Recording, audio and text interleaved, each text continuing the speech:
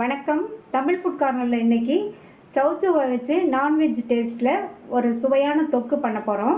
இது இட்லி, தோசை, சப்பாத்திக்கு தொட்டு சாப்பிட்றதுக்கு நல்லாயிருக்கும். சாம்பார், தயிர் சாதத்துக்கு சைடிஷாக வச்சு சாப்பிட்றதுக்கும் ரொம்ப நல்லாயிருக்கும். இப்போ இந்த சுவையான தொக்கை எப்படி பண்ணுறதுன்னு பார்க்கலாம். 1/4 கிலோ சௌச்சௌவை வாஷ் பண்ணி வச்சுருக்கேன். இப்போ இதனுடைய மேல் தோலை சீவி எடுத்துக்கலாம். மேல் தோலை சீவியாச்சு. இப்போ இதை கிரேட்டரில் துருவிக்கலாம்.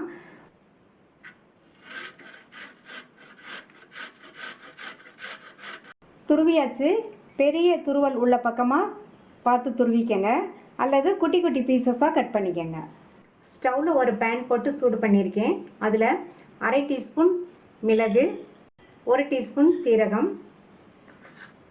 1 டீஸ்பூன் சோம்பு, 2 சின்ன பீஸ் பட்டை, 2 கிராம்பு, 1 பிரிஞ்சி இலை, இது எல்லாத்தையும் சேர்த்து எல்லாமே நல்லா வறுபட்டு வாசனை வந்துருச்சு. இது ஆறுனதுக்கு அப்புறமா மிக்ஸி ஜாரில் சேர்த்துக்கலாம். இதை தண்ணி சேர்க்காம 4-5 சுற்றி சுற்றி லேஸ் கொரகொரப்பாக அரைச்சாச்சு. இது கூட 4 பூண்டு ஸ்லைஸ் பண்ணது, 1/2 இன்ச் அளவுள்ள இஞ்சியை தோல் சீவிட்டு குட்டி குட்டியாக கட் பண்ணி வச்சுருக்கேன்.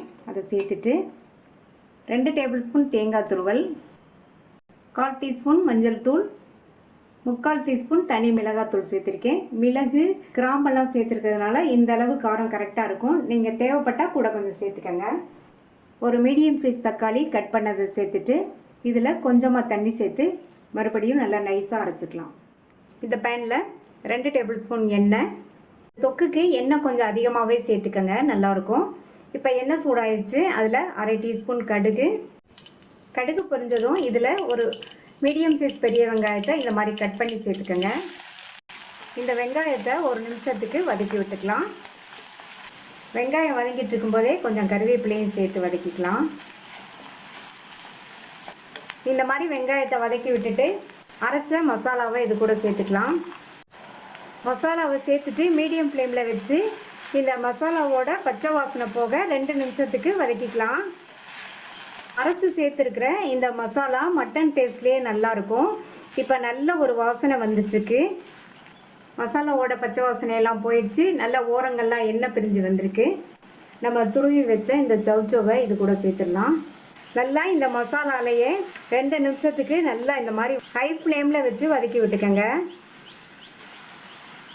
இப்போ இதில் தண்ணி சேர்க்கணும்.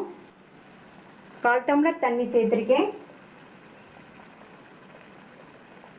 இதுக்கு தேவையான அளவு உப்பு சேர்த்துட்டு மறுபடியும் நல்லா ஒரு தடவை மிக்ஸ் பண்ணி விட்டுட்டு மூடி போட்டு ஸ்டவ்வை லோ மீடியம் ஃப்ளேமில் வச்சுருங்க. இது தொக்குங்கிறதுனால நம்ம தண்ணி அதிகமாக சேர்க்கக்கூடாது. நம்ம துருவி சேர்த்துருக்கிறதுனால வேகமாகவே வெந்துடும். அப்பப்போ ஓப்பன் பண்ணி பார்த்து நல்லா கிண்டி விட்டுக்கோங்க.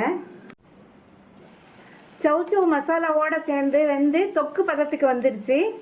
ஸ்டவ் ஆஃப் பண்ணிடலாம். நல்ல கமகமன் வாசனையோட சூப்பராக சௌச்சௌ தொக்கு ரெடி ஆயிடுச்சு. நீங்களும் இதை ட்ரை பண்ணி பார்த்துட்டு உங்கள் கமெண்ட்ஸை சொல்லுங்கள். இது வரைக்கும் தமிழ் ஃபுட் கார்னர் சேனலை சப்ஸ்கிரைப் பண்ணாதவங்க சப்ஸ்கிரைப் பண்ணிவிட்டு பக்கத்தில் உள்ள பெல் பட்டனையும் கிளிக் பண்ணிக்கோங்க. தேங்க்யூ.